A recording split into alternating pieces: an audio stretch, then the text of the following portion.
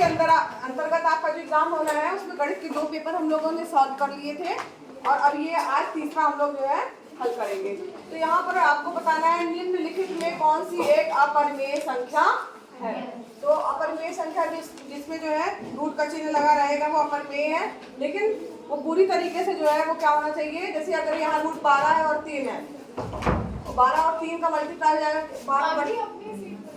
3 से कट जाएगा, बटे में है ना, तो 3 1 3 3 चौको 12, अंडर रूट 4 बराबर क्या हो जाएगा 2। ठीक है, तो इसका मतलब ये नहीं है, यहाँ पर देख के ही समझ में आ रहा है अंडर रूट 7 जो है ये क्या हो जाएगी आपकी, ये अंडर रूट 7 इसका आंसर होगा। 81 9 का स्क्वायर, इसका वर्गमूल निकालेंगे तो 9 आ जाएगा। ठीक है, तो इस तरीके से जो है आप देख के बता सकते हैं अंडर रूट 7 जो है वो क्या है, एक अपरिमेय संख्या है। अंडर रूट 3 हो, अंडर रूट 5 हो, अंडर रूट 7 हो, अंडर रूट 9 होगी कि नहीं होगी? नहीं होगी मैम, 3 से 9। ठीक, अब यहाँ पर लिखा है गुणनफल करना है। तो गुणनफल करना है, यहाँ दिया हुआ है 2 की पावर 2/3 और यहाँ पे जब मल्टीप्लाई में होती है तो घातें क्या होती है आपस में जुड़ जाएंगी। तो यहाँ उसकी जो पावर है 2/3 प्लस 1/3 जुड़ गया। एलसीएम लेंगे 3 आ जाएगा, 2 धन 1 यानी 2 की पावर 3/3। 2 की पावर 1, 2 की पावर 1 का मतलब क्या हुआ 2, इसका आंसर क्या होगा 2। समझ में आ रहा है सबको? सबको यही आया है? चलिए, अब ये बहुपद है दिया हुआ, इसकी घात होगी तो x की एक्सट्रीम पावर इसकी क्या कहलाती है, घात कहलाती है, तो इसमें घात क्या होगी 3 होगी। ठीक है, समझ में आ रहा है सबको? अब यहाँ पर देखो दिया हुआ है बहुपद का गुणनखंड होगा, यानी कि 6x² + 11x + 3।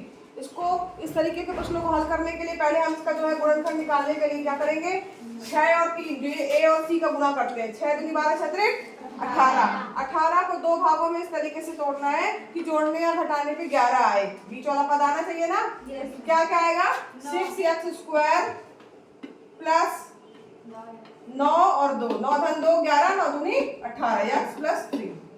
6x² plus 9x plus 2x plus 3।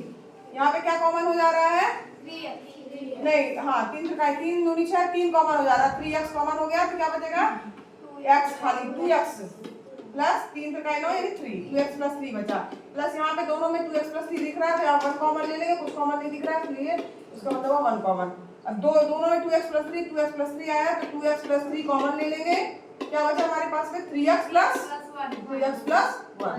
इसमें देखो ऐसा कौन सा विकल्प दिया दिख रहा है आपको, कौन सा दिख रहा है ए, तो इसका आंसर क्या हो जाएगा ए। आ रहा है सबको समझ में? चलिए आगे बढ़ते हैं।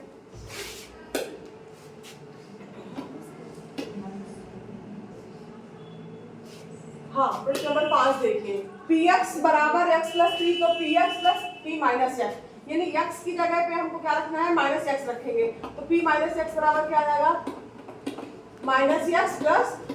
समझ में आ रहा है? px ये दिया है, p - x दिया, दोनों को क्या करना है जोड़ना है, तो x + 3 -x + 3, x से x कैंसिल हो गया, 3 धन 3 6, इसका आंसर 6 होगा। ठीक, यहाँ पर क्या आ जाएगा 6।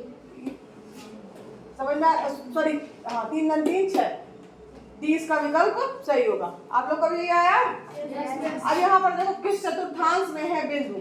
ठीक है, तो यहाँ पर जो है आपने काटी तल पढ़ा होगा इस तरीके से, ये फर्स्ट चतुर्थांश होता है, चेंज मत करना, इसको मत फर्स्ट कर देना, यहीं से शुरू होता है, ये फर्स्ट है, ये सेकंड है, ये थर्ड है और ये फोर्थ होता है।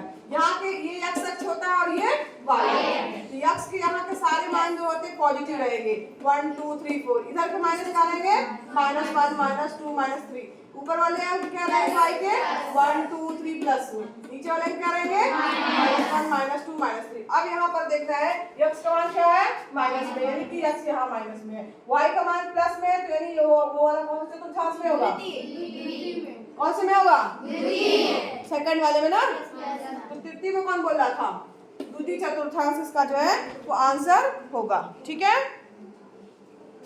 नोट करिए सब लोग, समझ में भी आ रहा है सबको? चलिए आगे बढ़ते हैं। बहुपद इसका मान होगा, अब यहाँ देखो a² - b² दिख रहा है आपको, दिख रहा है? a² - b² बराबर क्या होता है a + b और पुस्तक में a माइनस 99 में 98 का कितना आएगा 1 और इन दोनों को जोड़ोगे कितना आएगा 9 और 8 8 कर दो 16 17 के साथ हाथ किया 1 9 का 18 और 1 हाँ 190 ठीक है। कौन सा विकल्प उसमें दिख रहा है आपको बी वाला ठीक है। चलिए आगे बढ़ते हैं। बराबर वृत्तों में बराबर चापों की संगत जीवाओं की लंबाई का अनुपात होगा। तो आपको सभी ने भी अभी हम लोगों ने जब वृत्त वाला पढ़ा था उसमें पढ़ा था कि अगर चाप बराबर है तो उसकी जीवाएं भी जो होंगी वो बराबर होंगी। तो यानी वो जीवाओं की लंबाई में अनुपात क्या होगा 1:1 का अनुपात होगा ठीक है। चलिए आगे बढ़े नोट करना नोट करते चलिए। चलिए आगे क्वेश्चन है x + 1 3x² + 2x - k का गुणनखंड है तो k का मान क्या होगा। अब ये इसका गुणनखंड है मतलब इसको हम इसका मान इसमें रखेंगे तो ये इसको क्या करेगा सेटिस्फाइड करेगा संतुष्ट करेगा यानी x + 1 = 0 तो x = -1। अब इन सब में x की जगह क्या रख दो -1 तो -1 रखिए 3 और -1 का स्क्वायर +2 -1 + k = 0 ठीक। अब 3 -1 का स्क्वायर करेंगे तो 3 आएगा यहाँ -2 हो जाएगा प्लस k बराबर 0 3 में से 2 गया 1 प्लस k बराबर 0 k बराबर क्या जाएगा -1 k का मान क्या आएगा -1 तो यहाँ पर इसका आंसर क्या हो जाएगा -1 सॉरी देखो यहाँ पे -k तुम लोग बता भी नहीं रहे हो ये -k की जगह में +k लिखा हुआ है यहाँ पर ये माइनस हो जाएगा ना तो 1 - k बराबर 0 तो k बराबर 1 ठीक है। तो यहाँ पर इसका आंसर बी वाला होगा ठीक। फिर से बताएं चलो फिर से समझो इसको भाई ये वाला जो है फिर से समझिए। देखो x + 1 जो है इसका कोई चीज अगर किसी का गुणनखंड है तो वो उसको सेटिस्फाइड करेगा यानी संतुष्ट करेगा यानी कि x + 1 बराबर 0 तो x बराबर क्या आ जाएगा -1 तो यानी x का मान अगर हम -1 करेंगे तो ये बराबर हो जाएगा 0 के। अब यहाँ पर 3 -1 का स्क्वायर +2 -1 ठीक और -k बराबर 0 3 -2 -k बराबर 0 3 में से 2 गया 1 -k बराबर 0 तो k बराबर क्या आ गया सॉरी 1 k इसको इधर के ले जाओगे तो k बराबर क्या आएगा 1 बनाया तो इसमें इसका आंसर क्या है 1 कौन सा वाला है ठीक है। चलिए आगे बढ़िए x + 3 क्यूब के प्रसार में x का गुणांक है। अब यहाँ पर क्या करना है a + b का होल क्यूब का फार्मूला लगाना है। a + b का होल क्यूब बराबर क्या होता है कोई बताएगा a cube + b cube + 3ab bracket में 3a b ब्रैकेट में यही होता है यस मैम। चलो अब इसमें यहाँ पर करो x³ 3 का गुणा 3 बार करेंगे कितना आएगा 3 3 9 x का गुणा x से होगा तो क्या आएगा अब इसका गुणा इससे होगा 3 से तो प्लस 27 अब इसमें किसका गुणांक पूछा है कितना होगा 27 x का गुणांक देखो यहाँ पे क्या आ रहा है 27 आ रहा है ना तो यहाँ पर इसका आंसर हमारा क्या आ जाएगा 27 आ रहा सबको समझ में भी आ रहा है चलिए इसको भी हल कर लीजिए। अब यहाँ पर देखो नेक्स्ट क्वेश्चन है आपका समांतर चतुर्भुज का एक विकर्ण कितने सर्वांगसम त्रिभुज में विभाजित करता है। तो कोई भी समांतर चतुर्भुज आपको पता है कि ये हो गया आपका इस तरीके का समांतर चतुर्भुज होता है। अब इसका एक विकर्ण जो है कितने सर्वांगसम त्रिभुज में विभाजित करेगा 3 ठीक है। वह बिंदु जहाँ दोनों निर्देशांक अक्ष मिलते हैं तो यहाँ पर आपने देखा है जो ये मिलते हैं ये x अक्ष है y अक्ष तो इसको क्या कहा जाता है इसके निर्देशांक क्या होते हैं 0 0 यहाँ पे x का मान भी 0 होता है y का मान भी क्या होता है 0 होता है ठीक है। यदि दो संपूरक कोणों के बीच का अंतर कितना है 40 है तो तब कोण होंगे। संपूरक कोण का मतलब क्या होता है कि अगर दोनों कोणों का योग जो है 180 है तो वो कोण क्या कहलाते हैं? संपूरक कोण कहलाते हैं। अब यहाँ पर देखना है कि उनके बीच में अंतर जो है 40 है। अब यहाँ देखो कि 70 और 120 इसमें तो अंतर 140 है ही नहीं। इसका देखो 70 और 110 इसके बीच में अंतर 140 है, तो यही आंसर होगा इसका, क्योंकि 70 और 110 को जोड़ने में कितना आ रहा है? 180। 70 में 110 बराबर क्या जा रहा है? 180 आ जा रहा है। और इनके बीच में अंतर तो 110 माइनस 70 करेंगे तो कितना आ रहा है? 40। तो इसका आंसर क्या हो जाएगा? 70 और 110 वाला। समझ में आया?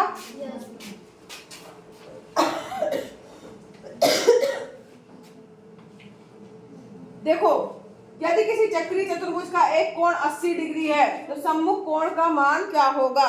यहाँ पर देखो सम्मुख कोण का पूछा गया, तो चक्रीय अगर कोई चतुर्भुज है तो उसके सम्मुख कोण जो होते हैं वो उन दोनों का योगफल कितना होता है? 180 डिग्री होता है। कितना होता है? 180 डिग्री होता है। तो यहाँ पर एक दिया है 80, तो दूसरा क्या करेंगे हम? 180 में से 80 घटा देंगे, कितना आ गया? 100। तो यहाँ पर बी विकल्प इसका सही होगा। ठीक है, क्योंकि चक्रीय चतुर्भुज के दोनों कोणों का योग क्या होता है? अगर हम सम्मुख कोण है तो उनके सम्मुख कोणों का योग कितना होता है? 180 डिग्री होता है। ठीक है, किसी को कोई कंफ्यूजन? चले आगे बढ़े। एक समद्विबाहु त्रिभुज का क्षेत्रफल 4√3 है, इसका अर्ध परिमाप होगा। यहाँ पे समद्विबाहु नहीं होगा, समबाहु त्रिभुज होगा। ठीक है, तब उसके आधार पर फार्मूला। इसको आगे बढ़ते हैं। हाँ, देखो एक समबाहु त्रिभुज का क्षेत्रफल दिया है 4/3 सेंटीमीटर स्क्वायर है, तो इसका अर्ध परिमाप होगा। तो यहाँ पर देखो इसके लिए जो फार्मूला होता है, चक्रीय चतुर्भुज है ना, सॉरी समद्विबाहु त्रिभुज की जगह यहाँ पे पहली बात तो समबाहु त्रिभुज हो जाएगा। ठीक है, त्रिभुज का क्षेत्रफल कितना है? उसका फार्मूला होता है √3/4। ठीक है, और जो समबाहु है तो भुजा का स्क्वायर बराबर क्या हो जाएगा? ये यहाँ पर इसका क्षेत्रफल का सूत्र होता है, समबाहु त्रिभुज का क्षेत्रफल बराबर √3/4 भुजा का स्क्वायर। ठीक है, तो यहाँ पर क्षेत्रफल का मान कितना दिया है? 4√3। ठीक है, तो यहाँ पर भुजा √3 से √3 क्या आ जाएगा? कैंसिल हो जाएगा। तो भुजा का स्क्वायर बराबर क्या आ जाएगा? 4 का स्क्वायर। भुजा कितनी आ जाएगी? 4 सेंटीमीटर। ठीक है, अब लेकिन इसका अर्ध परिमाप जो है वो हमें ज्ञात करना है। तो अर्ध परिमाप का सूत्र होता है अर्ध परिमाप बराबर होता है 3/2 गुणे भुजा। ओ सॉरी,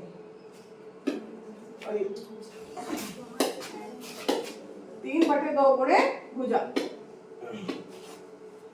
जो अर्ध परिमाप का सूत्र होता है 3/2 गुणे भुजा, तो यहाँ पर आपका हो जाएगा 3/2 गुणे भुजा कितनी आई है? 4। 2 1 कम 2, 2 दूनी 4, 3 दूनी 6। इसका आंसर क्या आएगा? 6 सेंटीमीटर। नोट कर लीजिए इसको। इसके बाद देखो नेक्स्ट क्वेश्चन है, एक बेलन में त्रिज्या दुगनी है तथा ऊंचाई आधी है तो वक्र पृष्ठीय क्षेत्रफल होगा। ये चैप्टर भी आपने पढ़ा नहीं है, लेकिन इसमें आपको सूत्र पता होना चाहिए। तो बेलन का पृष्ठीय क्षेत्रफल क्या लिखेंगे? बेलन का पृष्ठीय क्षेत्रफल यहाँ लिख दे रहे हैं। ठीक है, बेलन का पृष्ठीय क्षेत्रफल, बेलन का पृष्ठीय क्षेत्रफल का फार्मूला होता है 2πr/h। ठीक है, अब यहाँ प्रश्न कह रहा है कि त्रिज्या दोगुनी कर दी जाए। त्रिज्या क्या है यहाँ पे? r, तो r को क्या कर दिया जाए? 2r। ठीक है, तो 2π2r कर दिया हमने, और ऊंचाई क्या कर दिया? आधा। ऊंचाई h है तो उसको क्या कर दिया? 2 कर दिया जाए। तो क्षेत्रफल क्या? अब तब क्षेत्रफल क्या हो जाएगा? अब इसको करेंगे तो 2 से 2 तो ऐसे ही कैंसिल हो जाएगा।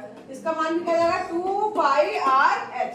तो दोनों क्षेत्रफल क्या आ रहा है? बराबर। अगर त्रिज्या दोगुनी कर दी जा रही है, ऊंचाई आधी कर दी जा रही है, तब भी पृष्ठीय क्षेत्रफल कितना आ रहा है? दोनों का समान आ रहा है। तो इसमें आंसर क्या हो जाएगा आपका? समान। समझ में आया सबको?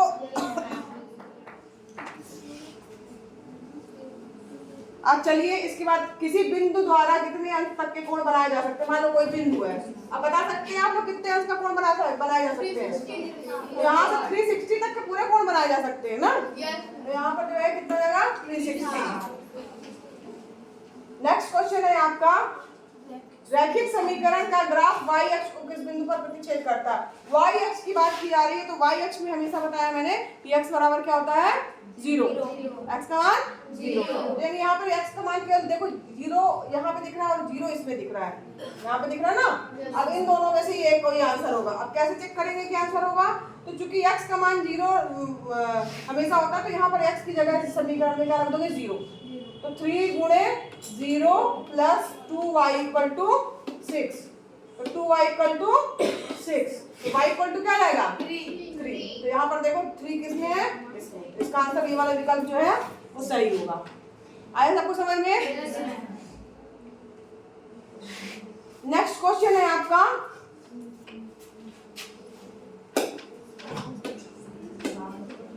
हाँ, अब इसके बाद देखिए नेक्स्ट क्वेश्चन है सबसे लास्ट वाला कि कौन सी विषम संख्या है। देख के ही बता दोगे कि कौन सी विषम संख्या भाई?